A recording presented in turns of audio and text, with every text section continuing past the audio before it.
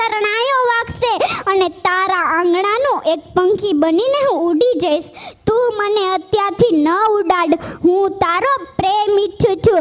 માં, એક પુત્ર માટે કોઈ માસૂમ પુત્રીનો બલિ આપવો એ કેટલી હદ સુધી યોગ્ય છે. આખરે મહાપાપ તારા અને તારા પુત્ર માથે જ ચડશે. નહીં નહીં, આમ ક્યારેય ન થવા દેતી માં, મારી પ્યારી માં. બસ હવે કૃપા કરી મને જન્મ લેવા દે. મને મારીશ નહીં, મને તારા બાગનું એક ગુલાબનું ફૂલ બનીને ખીલવા દે. મને કરમાવીશ નહીં. પરંતુ કોણ જાણે, સ્ત્રીઓ એ જ પુરુષ પ્રધાનમાં સમાજમાં જાતિ નિયમો વલણો સામે હાર માનીને હથિયાર હેઠા મૂકી દીધા છે કે પછી પુરુષ બનવાની આંધળી દોટમાં સ્ત્રી ભ્રૂણ હત્યામાં કઠોરતાનું કવચ ઓઢી લીધું છે. શું તેને પોતાની શક્તિ ઉપરથી ભરોસો ઉઠવા લાગ્યો છે? શું તેને પોતાની લાડકવાઈ બેટી ઉપર ભરોસો નથી?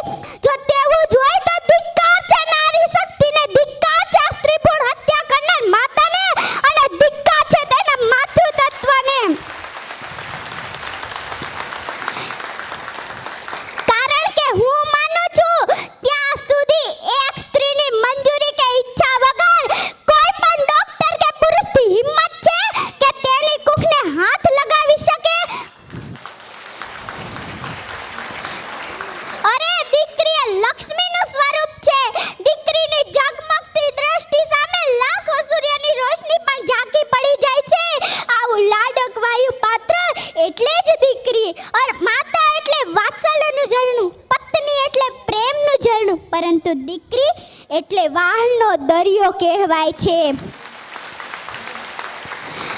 દીકરી દાદા દાદી માતા પિતા ભાઈ દરેકને સ્નેહના બંધનથી બાંધે છે.